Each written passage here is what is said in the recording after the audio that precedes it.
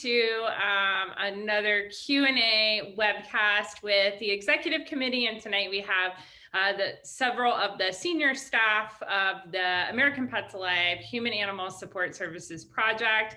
We are going to give it just a couple minutes to let people sign on. We already have 50 people in the room, but we have about 200 people signed up, so we're going to give it just a couple of minutes. My name is Kristen Hassan. I am the outgoing director of Pima Animal Care Center, coming to work full-time with HASS and American Pets Alive projects.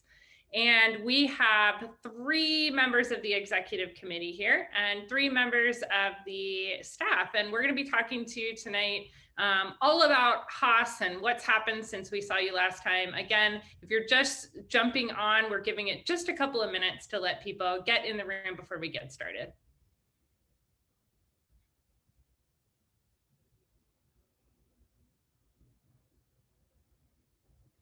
Welcome everybody, and if you are here, you can use the chat features.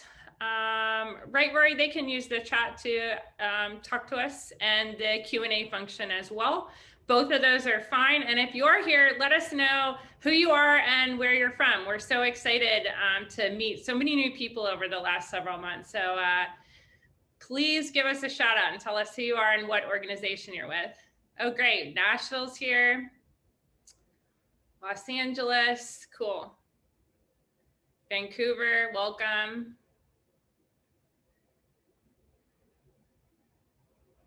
Toronto, Humane, welcome.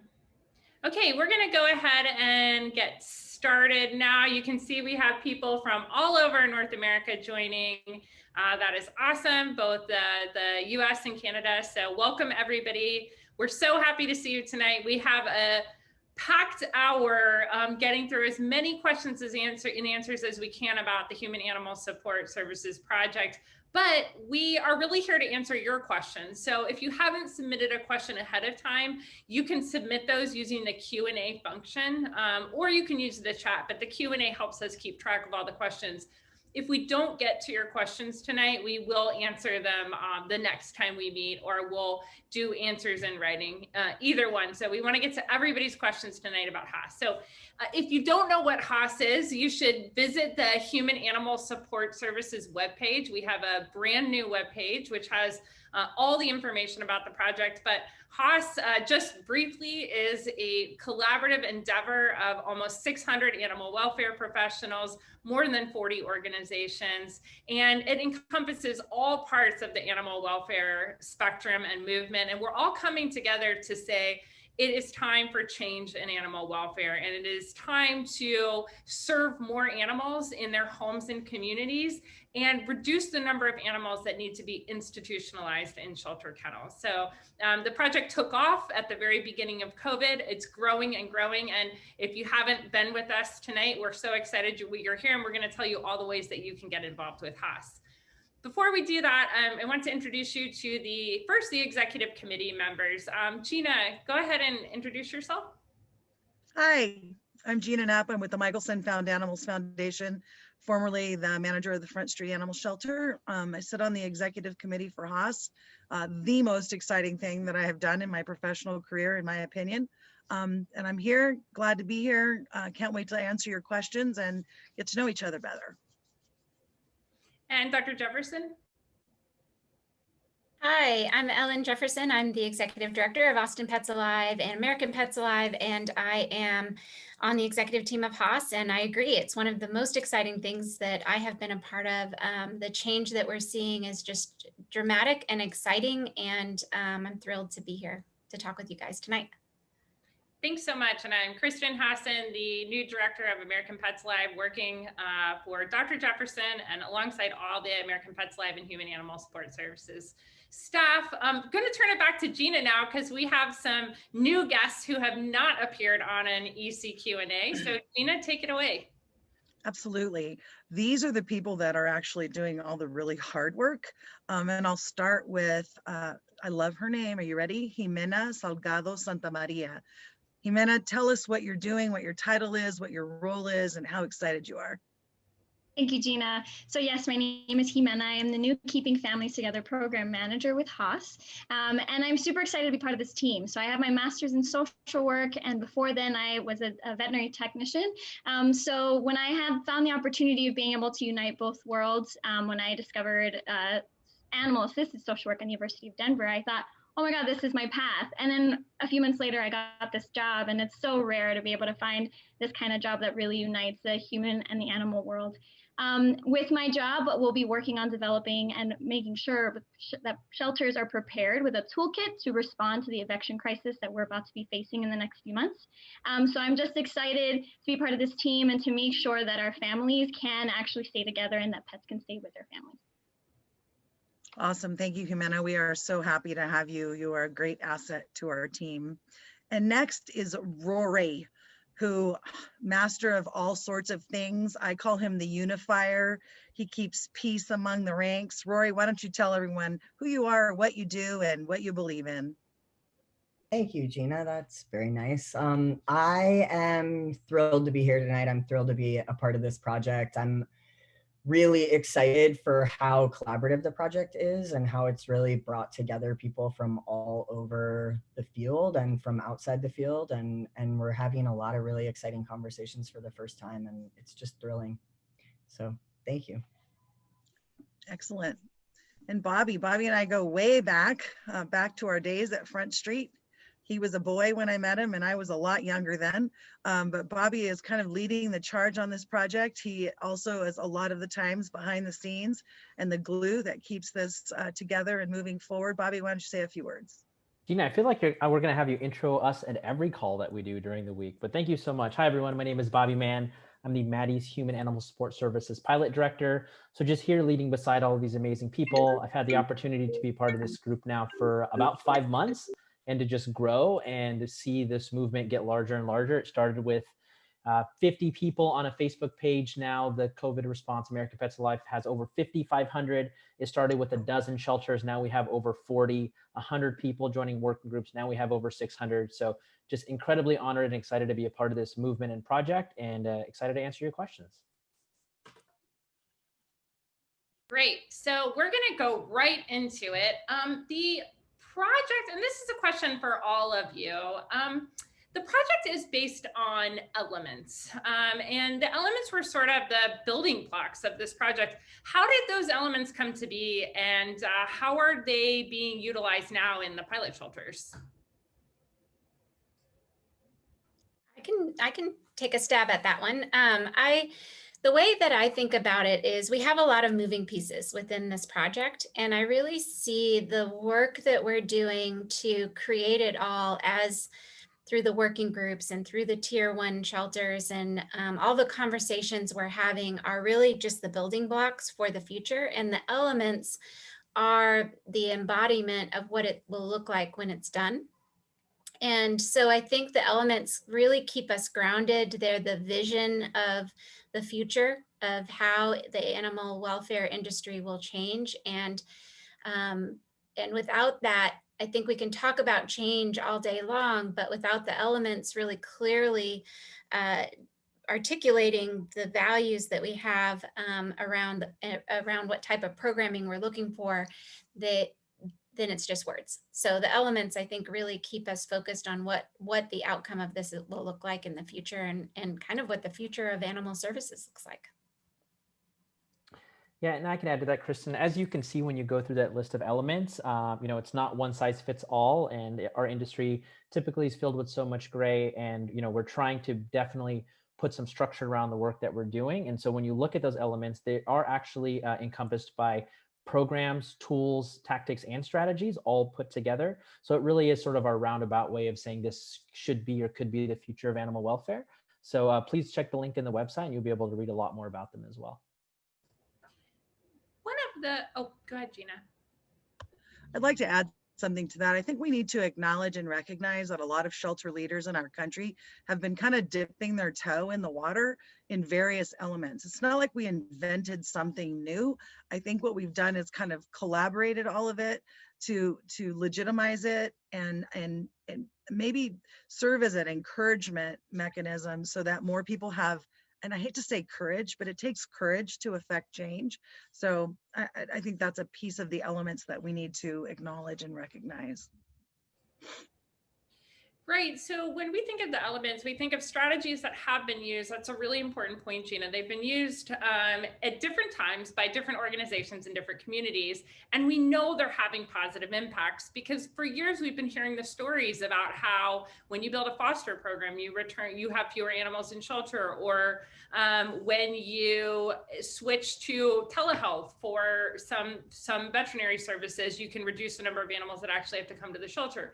But this kind of puts it all together into this sort of doable set of things that any organization can do. And this question is actually about who's on this call today, because there's a lot of organizations we can see that may struggle with resources. There's some really challenged communities even on this call today.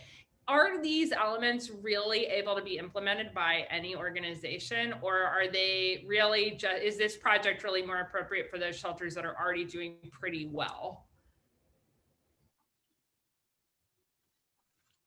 Well, I'll tackle this one. Yeah, we all have different budgets. We all have different abilities, but I think desire is a huge factor, and amazing things can occur if, especially the leadership and organizations want it to be so. And it's going to look different for every organization, but I think the premise of it all being about people and their animals and doing what you can do. Again, we're all different. Our budgets are different, but and I think our communities can get behind the message of HASS because, well, we're reaching an entirely bigger demographic with HASS, because depending upon what your passion is, maybe it is the homeless community and their pets. I mean, just think about where your reach is and what you want to impact. So I may be digressing, Kristen, but I think it's possible. It may just look different. It may taste different. It may feel different, but it can be done in every community. Yeah, Gina, I absolutely agree. And, to be strategic about how we envisioned HASS, even if you look at the tier 1 and the tier 2 shelters, it's such a diverse group of shelters, not only geographically, the type of organization they are, whether they are a municipal or a nonprofit with government contracts, if they are in rural communities, or some have intake of 1,500 to 2,000, some have 30 to 40 government contracts. And so our goal with that is because we know that there can't just be one roadmap. So hopefully through this project, you'll be able to find a organization that's, a degree of separation away from you. And we, in this industry, we've always learned from each other. And, we always want to remember that through HASS, it is our job really to amplify the work and the voices of the people doing the work. We're looking at these shelters as laboratories, and, the real drivers. HASS is really just helping put fuel in the tank and helping with that GPS navigation. But that's really my favorite part of this job, is just being able to tell the stories of the amazing orgs that are involved. So can we talk just a couple of more big picture questions, and then we'll get into the nitty gritty. But for the pilot shelters, there's tier 1 and tier 2, but what is the purpose of having pilot shelters in this first couple of years? If you could talk a little bit about what the goal is and what those pilot shelters are actually doing. I'm happy to do that. The pilots, I think we recognize that this is new and it's uncharted territory. None of the concepts are brand new, like we have never heard of them before in our lives, but altogether they're new. And I think probably all of us have experienced the inertia that exists in animal sheltering in our own organizations, my own organization. It's just part of our history, and it's hard to move away from history. And so I think what we're experiencing with the pilots is the chance to try things and to see what works and develop some evidence-based programming that people can feel more comfortable embracing in the future, and also help us determine what works and what doesn't work. And so I think the pilots are a really critical piece of the HASS project, because without trying it and seeing and letting us fail or succeed, I honestly think we'll all succeed. But without that trial period, it's a lot to ask. So I think the pilots are really, navigating this uncharted territory for the rest of us, so that it's easier for everybody else. Bobby and I were talking about this yesterday and imagining what it will be like 100 years from now. What will the history books say about what happened in our industry into 2020, the craziest year ever known to mankind? And I mean, I think the pilots are bold, they're brave, they're pioneers. They're trying to do something that many people say can't be done. So in my opinion, the tier 1 and tier 2 shelters and all of there's a lot of other peripheral organizations that are trying to implement some of these strategies without our knowledge, doing amazing work. And they're heroes, they're heroes. We are rewriting history for animals and the people that love them.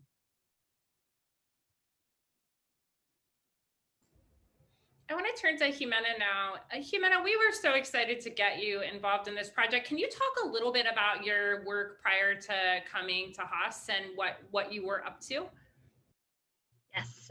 So at the University of Denver, I was interning with the Institute for Human-Animal Connection, where they run a bunch of research on the human-animal bond and humane communities. And with that, I was invited to run a study with Pets for Life. And so the study would be looking at the surveys that are used. So IHAC is running the research for the Pets for Life programming that they're doing in their different sites. And so the study was looking at different cities, some that have more access to resources and some that don't. And especially the cities that have more access to resources, those resources are Pets for Life. Pets for Life has been implemented in there. And so it was comparing to see how those communities were being impacted by having Pets for Life.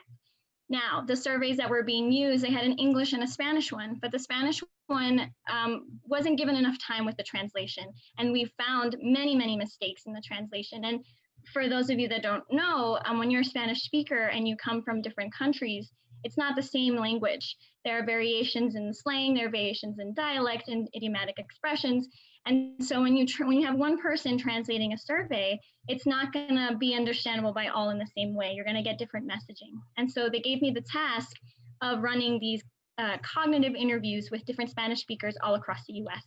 So we spoke to people in LA, in Philly, in Corpus Christi, all over the place, just to really learn what their experience was with the survey. And I learned so much, not only about Spanish as a language, but about the different Spanish speakers that we engaged with, what they were receiving, how their relationships with the pet resources impacted their lives, and also how they were being misrepresented in this survey.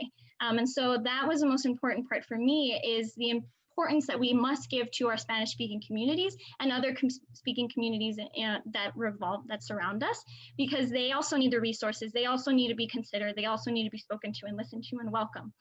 So I was so excited to be a part of that, because I finally felt like our Spanish speakers were being heard. And yeah, so that was that project that I did.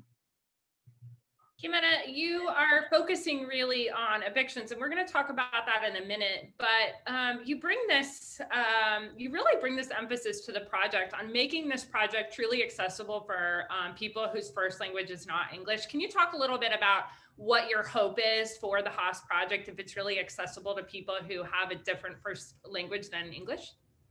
Yes. So with this Keeping Families Together program, the goal is to have a toolkit. But prior to having that toolkit set and ready, my team, which involves myself and Liana Moss, who is our new Keeping Families Together implementation coordinator, we will be taking the time the next few weeks to reach out and individually meet with our tier 1 shelters to not only get to know them, but I also want to ask them, how are you serving your Spanish speakers? Are you serving your Spanish speakers?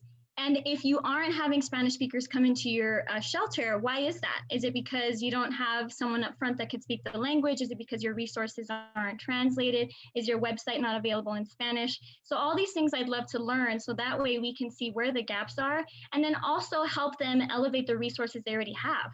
What if they have a staff member that isn't given the chance to speak up and they do speak Spanish?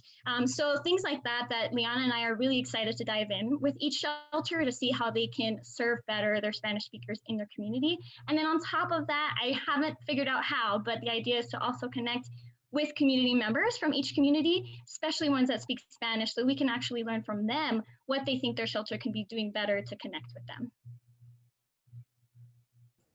Awesome, thank you. And I think it's our hope that these lessons that you learn, and by working with the tier 1 shelters, we can create materials and protocols and procedures and ideas that can be utilized by shelters widely, organizations widely. Yes? Yeah, absolutely. Great. Okay, I'm going to turn now to Rory. Rory, you oversee and facilitate the Diversity, Equity, and Inclusion Working Group.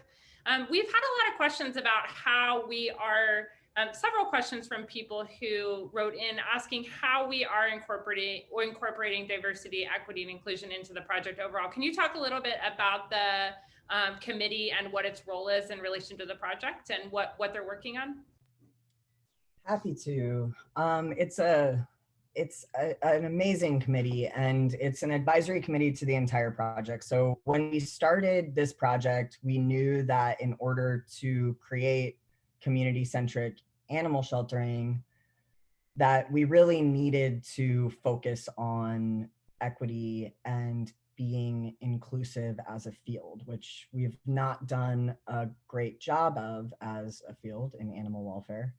So we have about 25 people on that committee from all over animal welfare. It's a really extraordinary group of people. You can see bios on our website as well.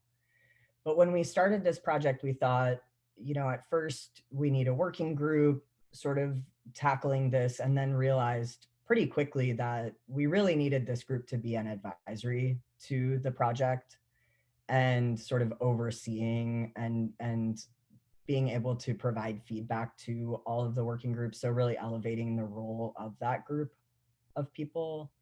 And so currently we're working on defining what our long-term, short-term, intermediate goals are, really trying to flesh out a mission and vision for that group and figure out how do we start to elevate Black voices within animal welfare? How do we start to elevate Indigenous voices and Latinx voices and marginalized people within animal welfare? So working with the working groups and really looking at where can we bring more people in.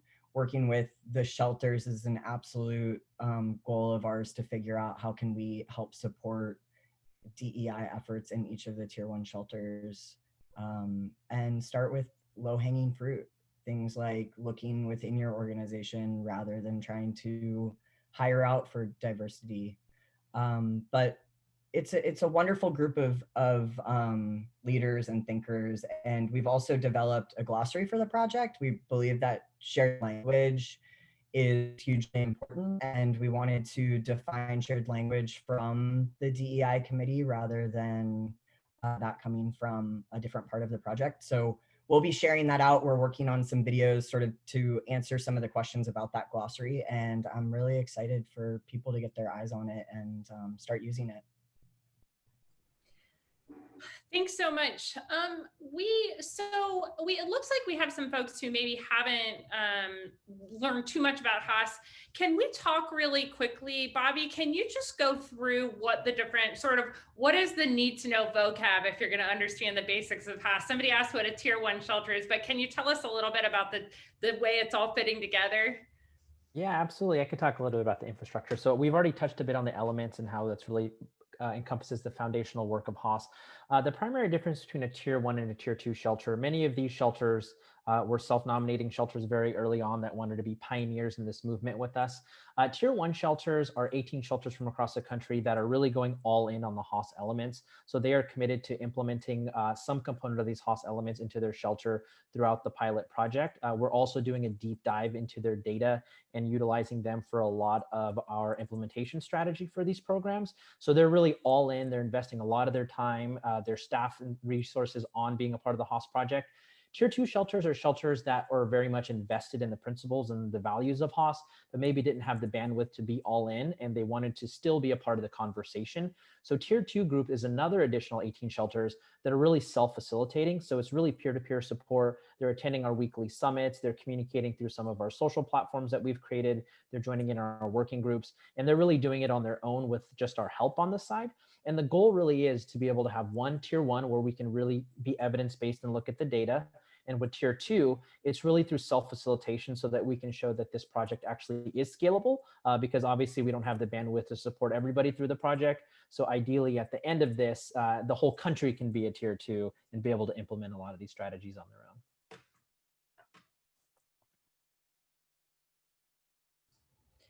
Great, thank you so much. So one of the elements is sheltering, and this question comes from someone who says, I thought that the idea was that animals didn't have to go in shelters anymore. So why is sheltering one of the elements? Dr. Jefferson, can you just explain a little bit about what we mean by shelter? Yes. So the shelter element is really geared towards rethinking how we use the shelter facility. And there's, if you think about several of the elements are really geared towards what do we do with the animals that are currently coming into the shelter and how do we handle them differently? And that's keeping pets with family, that's intake to placement, which is focused on animals that have to enter the shelter. And because we recognize there's no world where there's never going to be a shelter. The shelter is a critical piece of the community, but it is not, it's not everything. And it's turned into kind of this dumping ground for every type of animal problem that exists in a community, as opposed to the real shelter, the real sense of the word shelter. But intake to placement is focused on the movement of animals from the moment they enter the door to how they exit, and trying to create some consistency around that process. And to differentiate from intake to placement, the shelter element is what could we do differently? So we have this building. Could it be a pet resource center? Can it be a boarding facility for people who are needing to want to keep their pet, but they have to go to rehab, or they, we've had people who've had jobs that are overseas and they can't bring, we had one guy that moved out to Guatemala in the summertime and he couldn't put his dog on the airplane because it was too hot. And so he surrendered his dog to the shelter. So how do we start helping those people in a different way that is allowing them to use the facility, but not in the way we've always used the facility in the past? Yeah, and I mean, I think there was this idea a few years ago floated around in animal welfare that we could somehow close the shelters, that we could do everything in the community and close the shelters. Do you all, looking back, do you think that we will always need a building to deal with animals with severe medical needs, animals who are a public safety threat? Like, do you think that those buildings in some form will be necessary as we move forward? And that's for Dr. Jefferson or anyone on the call. Yeah, I absolutely do. I think that, I equate it to hospitals. There's no world where hospitals aren't going to be needed either. And, but I think that we as society are getting better and better about which people need beds and which people don't need beds. And we just need to do the same process for animals and whether or not they actually need the shelter bed, if you will. Gina, do you want to, oh, it looks like you froze. Okay, well, we'll wait for you to unfreeze. Oh, there you are. 100%. No, I agree 100%. Having managed a municipal animal shelter, there are unfortunately cases of cruelty, abuse, neglect, hoarding, bite animals. That's not going to stop. But wouldn't it be an amazing world if that was the majority of what we focused on, and all the other animals that don't need to be institutionalized didn't come into the shelter. So yeah, it's not going away, but it's going to look very different, I think. Okay, so this question is about case management. Case management is one of the elements I felt really strongly about. When I started in sheltering, animals were treated kind of as groups, not as individuals. And so, for instance, an unfriendly or an unsocial indoor cat that came in was automatically scheduled for euthanasia. Or any cat with calicivirus was scheduled for euthanasia, or any dog with parvo was scheduled for euthanasia just immediately. And animals weren't considered as individual beings. How does case management attempt to once and for all change that reality in shelters across the US and the world?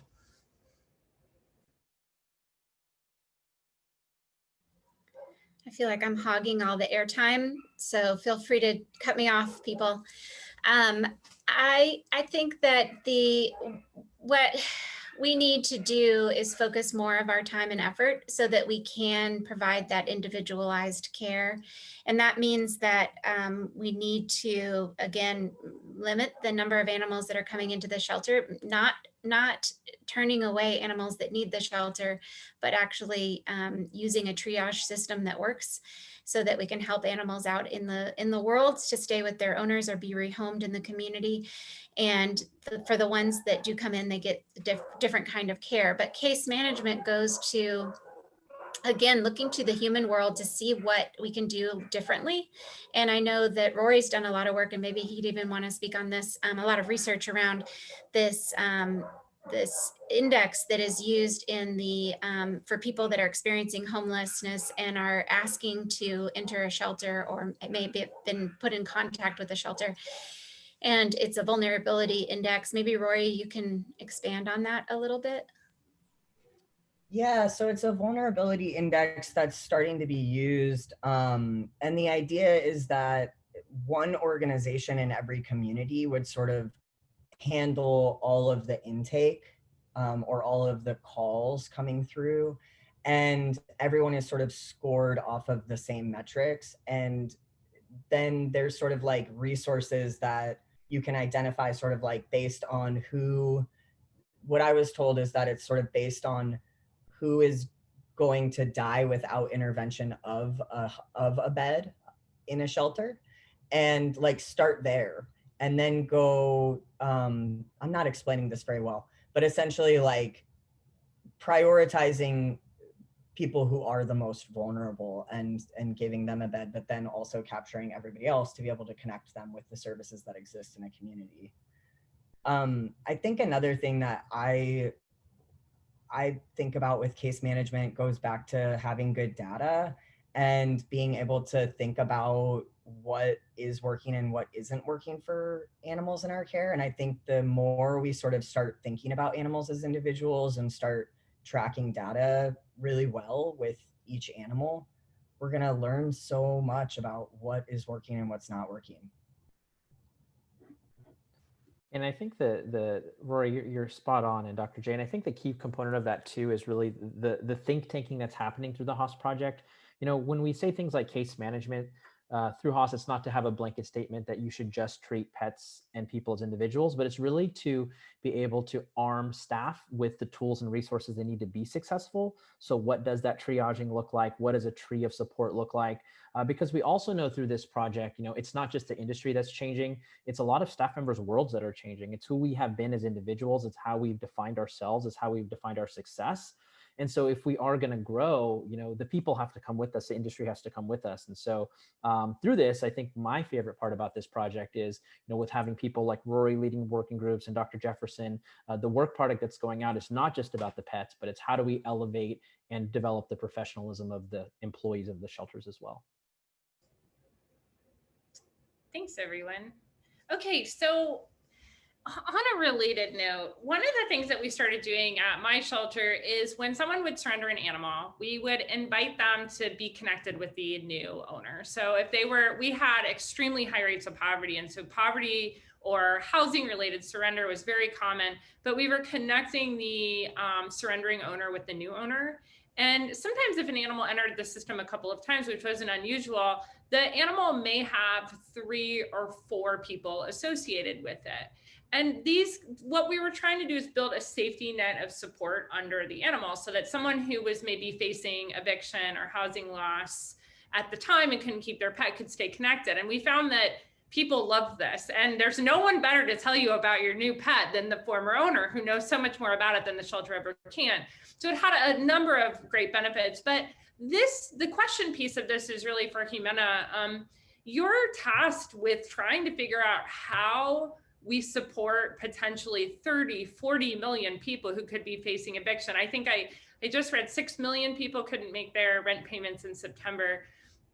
That number is only getting worse, and we're getting closer and closer to this D-Day. So building a safety net is one strategy where we can kind of create some support for animals that are going to be surrendered when this happens. But Jimena, what is part of your project? What are you planning to do to help people who are facing housing loss and may have to surrender their animals? Is there anything we can do, or do we just have to be here to take them in? So this toolkit that we're hoping to have ready for January 1st, we're hoping to make sure that shelters are ready to face this eviction crisis. Is going to look at different things because there are a lot of things that shelters can do, and even us as just regular people can do. But the goal is for shelters to be prepared with several things. We're looking at improving their fostering system so that they have more confidence in their foster owners or foster parents to house temporarily owned pets, with the understanding that they're not rehoming them, but they hopefully will go back to the owners that lost their home. So fostering, and then we're looking at short and long-term boarding options. And this will be very important for people that are losing their homes temporarily, right? So similar to the fostering, but this way a more of affordable option. And also making sure that shelters can look at their community and look at how far they can go in order to make those connections with other facilities, other shelters that have the space to provide affordable short or long-term boarding. And then we're looking at pet support services. So that's, food, litter boxes, vaccines, leashes, whatever it is that a shelter would normally provide as a foster package, but a package to give to families that are experiencing homelessness. And on top of that, make sure that shelters have the resources so they can gather those donations. So how can they get those things ready for families?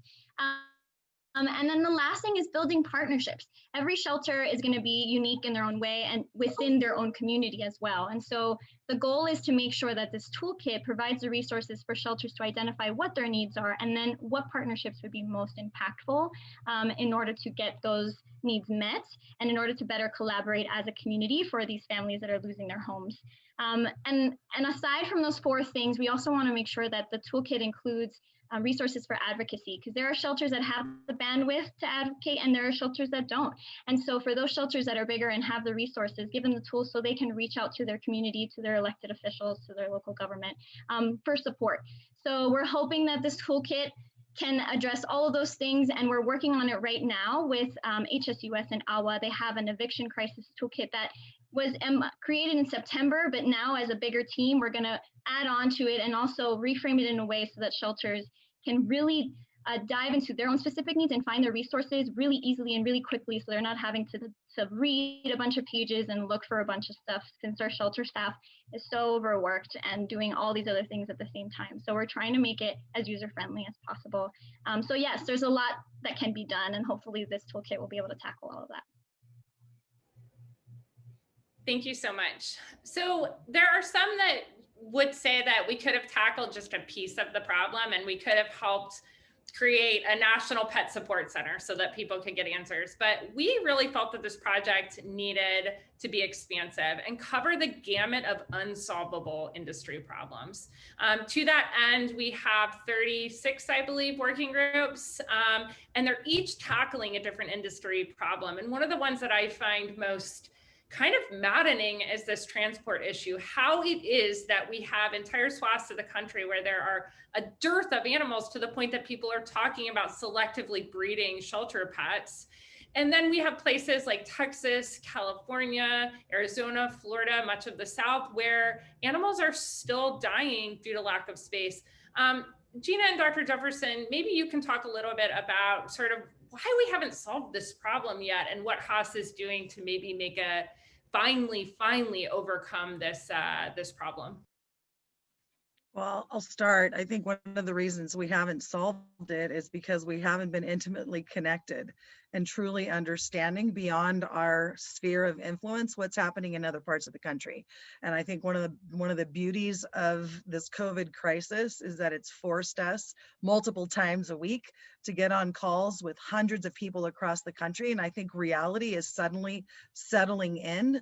And we're becoming more educated, more aware of what the struggles are, where the dearth is, where the excess is, and how we can be more of service to one another. That was not happening before, and having managed a shelter and retrospectively, I would go back and change so many things that I did, but I was so myopic. I was so concerned about what was happening in my little bubble I hate to say this, but screw everybody else, right? I had a job to do. And I think that mindset, and no fault to anyone, but it's our reality. This is hard work. It's never ending. It's this constant struggle. And now I think with COVID too, having fewer animals in shelters, it's given us an opportunity to kind of stop, take a breath, look around, see what's happening, not just in our circle of influence, but in the United States, and how, again, how we could be a better service to each other. So I expect great things to be coming. Yeah, and I'll just add that I think it is, it's kind of crazy that we don't know where that supply and demand is. And we know north and south, obviously, but we don't know even within the north and the south where there's extra animals and where there's extra adopters. And we don't currently have a system to make sure that our local and regional demand is being met for adoption, and that we may not need to transport as far as we think we need to transport even. And so I think that's what's really exciting, is these conversations are pointing out the obvious to each other and really focused on trying to gather the data that is needed to make evidence-based decisions. And then I think, to Gina's point, the connection is everything. That I've thought forever that if I had enough money, that I would try to figure out how to merge a north shelter and a south shelter, because if the staff could be the same in both places, where you have to kind of move back and forth, and so you really understand each other's problems, then we would figure it out.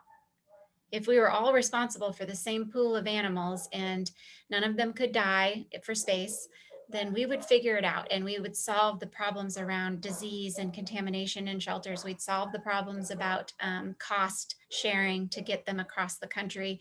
We would solve the problems by nitpicking about certain things, or not doing the things that are necessary to prepare for transport. All those things we'd solve. So I just think that short of that, we can solve it through communication, and we can start getting to real solutions that help the animals and people. I mean, part of the people part of this is adoption. You know, we've told the world that they better go adopt and not buy, and we don't have enough animals in some parts of our country. And so if we want people to really be part of the solution, then we need to step up and figure out how to get the supply that we're currently in excess of there.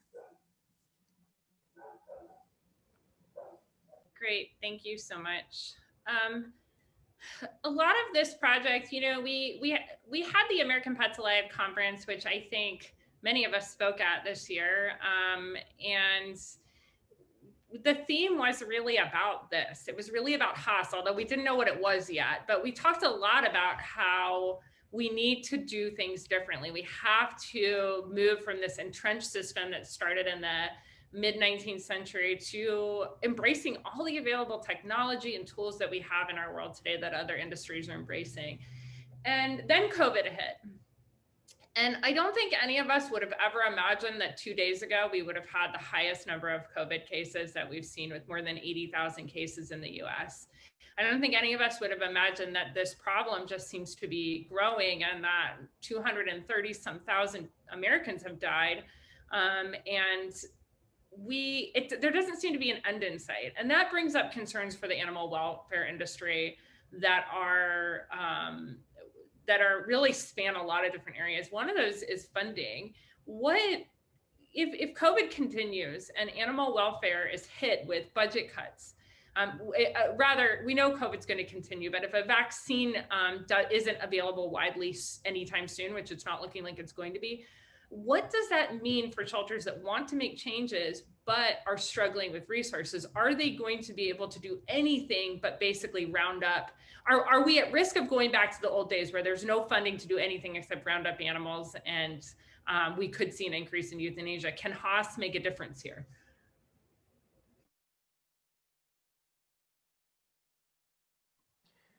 I could take a stab at that, Kristen. I think, you know, one of the things that I've loved about this industry is how resourceful you've actually been. I mean, if you look at the data and just, you know, the financials of governments in general, we are grossly underfunded. We've not been funded for the work that we should be doing, but somehow through grit and hard work, we've made it work. And I think there are so many steps that organizations can make right now. I almost feel like COVID, with the limited amount of animals that were in our shelter, allowed us to kind of restart our computers and reboot them and just kind of reimagine the way that we were doing the work. And as we're doing that, many shelters have also been incredibly strategic to realign their staff in order to be more successful in community-based programs.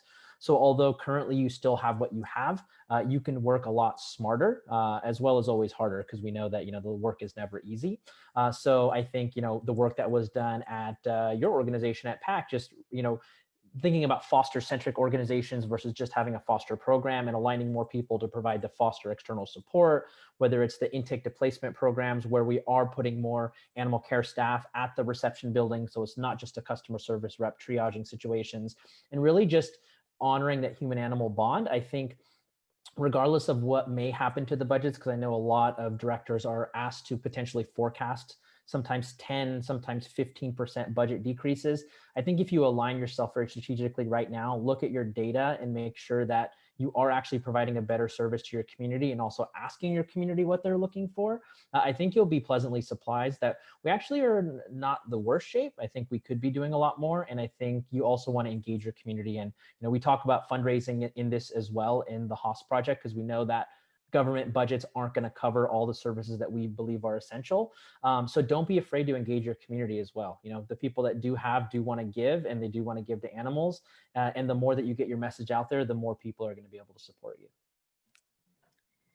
Yeah, and I would add to that I think that part of the project is really trying to understand what the government piece should be. And I think that unfortunately, because we have been so focused on just the animals and just animal control and animal housing for the stray period, and then some adoption, whatever feel good stuff we could do on the other end, that we've marginalized ourselves. And so I think what is happening now is, by coming together as a collective, we're developing one voice that tells our story differently and really connects us to people and human services and the things that are important to every elected official, and not just the ones that have a wife or husband at home that loves their cat. And I think that we really have needed that for a long time. And the work of the working groups to be able to really start talking about data and crunching the numbers on the budgets. We're looking 10, 20 years back on some of the budgets for animal services, and looking at how poorly funded they've been compared to every other city department in most cities and most counties. And that is, I don't know how we've let that go on so long, because we know pets are part of the family. They've always been part of the family. And so we've just sort of made ourselves animal only, but we really are part of this whole family unit, the whole community unit. And we just need to show how that's possible and what that looks like, and what kind of cost savings that looks like in other human services if we help animals and people together. So I think it's actually an argument for more funding from the government as opposed to less. And I think the more that we can do to show this connection, not only show it, but live the connection. And that's the whole point of HASS. We're just making the world better for the animals, for even just the people that only care about animals. We're making it better for those too. Great, thank you. And okay, we want to move into a couple of lightning round questions. These are questions that we really want to hear from all of the panel members on. So the first one is, this project started in February, March, and how has your view, what is something you've changed your mind about since the beginning of the project? Like, how is your view of animal welfare different than it was when we started, or the work? I'll start. I mean, having managed a shelter, never in my wildest dreams did I think that we could put 50% of the animals or more into foster homes. I just kept hearing why it couldn't be done, how hard it was, people don't care, blah, blah, blah, blah, blah. And we've totally debunked that. People do care. And, going back to what Dr. Jefferson just said, America is watching. The love for animals, the desire to adopt, and the desire to foster has never been higher than right now in the history of this industry. So God, everything, you know, I used to dip my toe into, we have a terrible homeless problem in Sacramento, and providing, you know, behind, you know, closed doors, medical care for a person experiencing homeless, their pet or boarding or whatever they needed, to the, to the constant criticism, not of all, but many of the staff, many of the veterinary team. Why are we doing this? This is wrong. This isn't what we're here for. And to see it flip totally, that this is what we're here for, is the most amazing and wonderful thing, in my opinion. I mean, there's so many wonderful things, but really kind of affirming that what I believed and what many other people believed was the right thing to do is actually the right thing to do.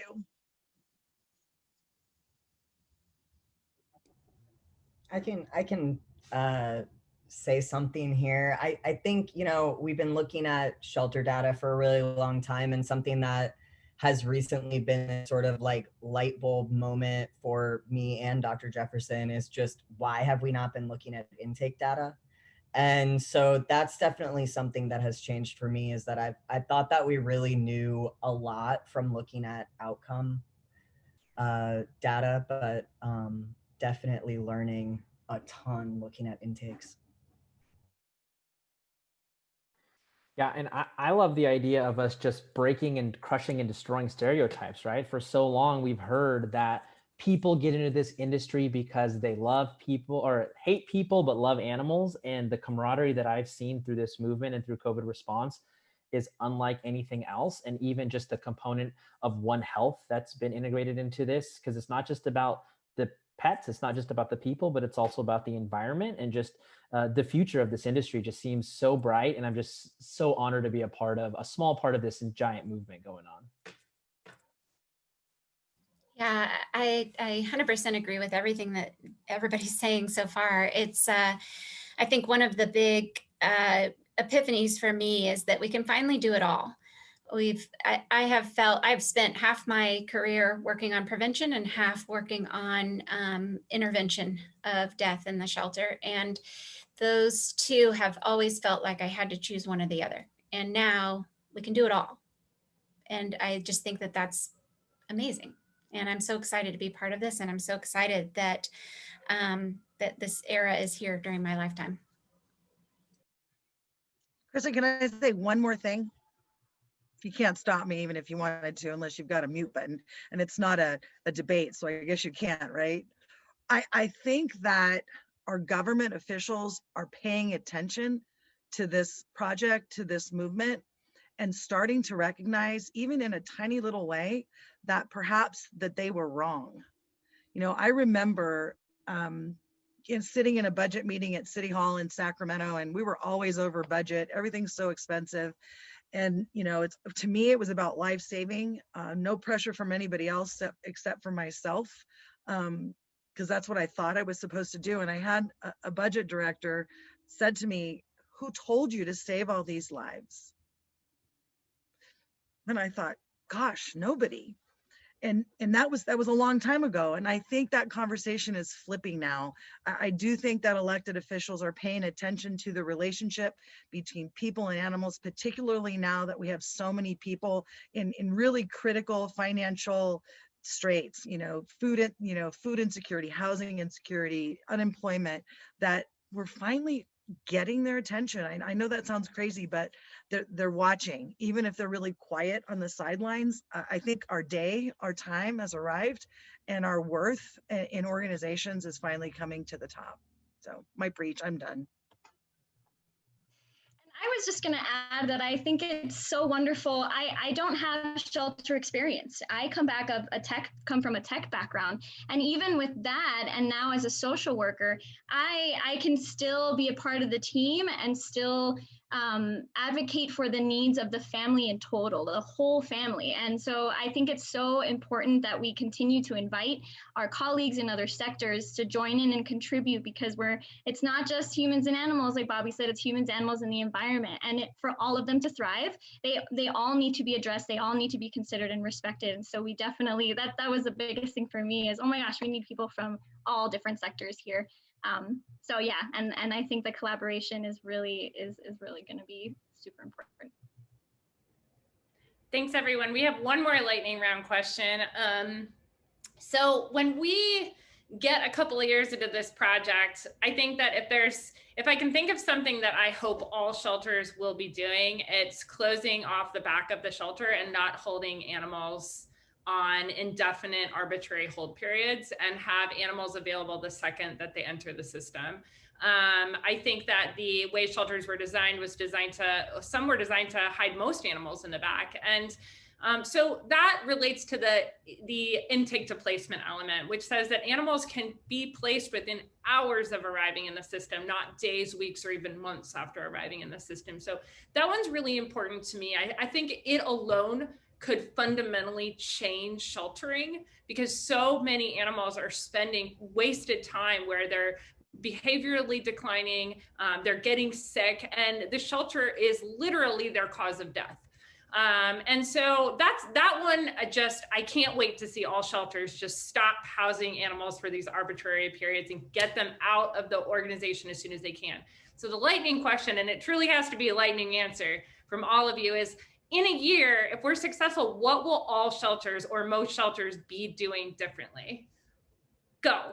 Yes, I want to start, and I'm going to do it because I know it's not on the agenda, but all shelters should be working feverishly when that animal walks into their facility to determine ways to find its family. That's what they should be doing. And quit thinking about how quickly I can transfer, rescue, or adopt this animal, but how quickly can I find this animal's family so it can go back where it belongs? That would be my number one, we did it, end all be all solution.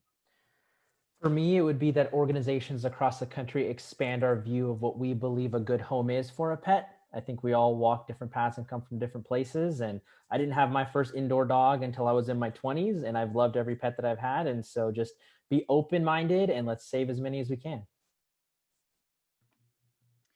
I think every shelter, hopefully in the year, will have a social worker or someone that's in the social work capacity in order to help every family come in, find the resources they need in order to stay together. And I think, oh, sorry. I think that the shelters will be decentralized. And so that problem of, it really is a problem. Buildings really do mask the animals, and even they promote it by accident, I think. And so by not letting the animals come in the first place and instead providing those services out in the field, whether it's return to owner, rehoming, or sending to foster, that will prevent that problem from happening. So I see it as really turning 75% of the internal duties out into the community. I hope that every shelter has cultural expectations within their organization, and that prioritizing life saving is one of them. Great. Thank you all. This was a lightning fast hour. We're going to be joining you every other week. We're so glad to have you here, and so excited to get to talk with you today. And your comments are really helpful. Really appreciated the comments from Brandy and from Kathy, and so many of you that were sharing your thoughts and ideas with us, and that helps guide our work over the next few weeks. But we're here to continue this conversation, and it is a conversation. We don't know all the answers, but we know that with 600 people and growing, we're going to figure them out. And we are long past the time when we can work in our silos, work in isolation and competition with each other. And instead, we are really committed to collaborating and working together to get these sticky problems solved. Thanks so much to Maddie's Fund and our many other sponsors of this project. Check out the bottom of the homepage of the website to see all of the organizations that are funding and supporting this project. We couldn't be doing this without them. And thanks to everybody who's volunteering your time. If you want to get involved with the project, please visit the Human Animal Support Services webpage, and you can send us a note there, and somebody will get back to you as soon as possible. And we are excited to keep talking, and thanks so much again for your time, and thanks to all of our panelists. Have a great night, everybody.